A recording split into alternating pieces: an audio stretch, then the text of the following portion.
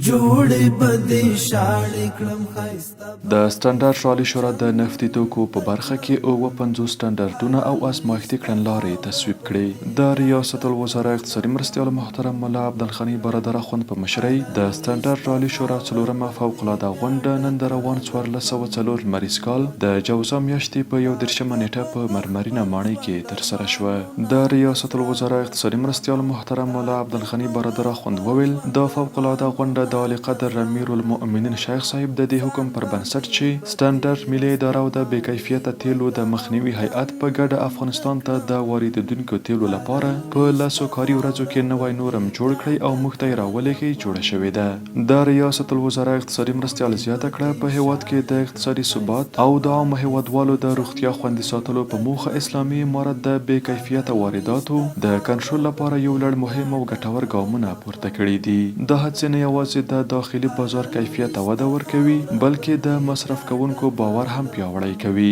محترم صاحب د معیار او کیفیت ارزښت په اشارې سره وویل اقتصادي ثبات ته د رسیدو او پر ځان بسیا افغانستان لپاره معیار او کیفیت بنسټیز ارزښتونه دي. معیاري کول نه یوازې د صنعت، سوداګرۍ، کرنې او تولیداتو د کیفیت تضمین کوي بلکې دا د صادراتو زیاتولو، د مصرف کوونکو د حقوقو خوندیتوب او نړیوالو بازارونو ته د لاسرسي لپاره یو حیاتي اړتیا ده. د ریاست الوزراء اقتصادي مرستیال په خبره د افغانستان اسلامي امارت د سټنډرډ عالي شورا له لوري هڅې کړې چې د هیواد په کچه د معیارونو په برخه کې منظمې پالیسۍ جوړې او یو همغږی، شفاف او د اعتبار وړ سیستم رامنځته کړي څو د هیواد ټول سکتورونه ترې ګټه واخلي. محترم صاحب د سټنډرډونو د تطبیق کمیټې ته سپارښتنه وکړه څو د سټنډرډ عالي شورا له لوري تصویب شوي سټنډرډونه او د ازمایښت کړنلارې په ښه ډول تطبیق کړي. همداراز خصوصي سکتور ته هم سپارښتنه وشوه څو په خپلو تولیداتو او وارداتو کې معیارونو او د سټنډرډ عالي شورا له لوري د تصویب شوو سټنډرډونو تطبیق ته جدي پاملرنه وکړي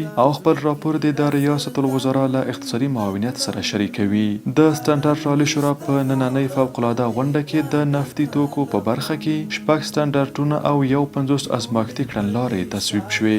دغه سټنډرډونه د ډیزلو، پټرولو، مایع ګاز او پایدار کاندنسات ګاز اړوند دي چې تصویب یې د نفتي توکو د کیفیت د لوړولو په لور مهم ګام بلل کیږي. هر الویشته خاوره به دې بیا ډکه له خونده کړم.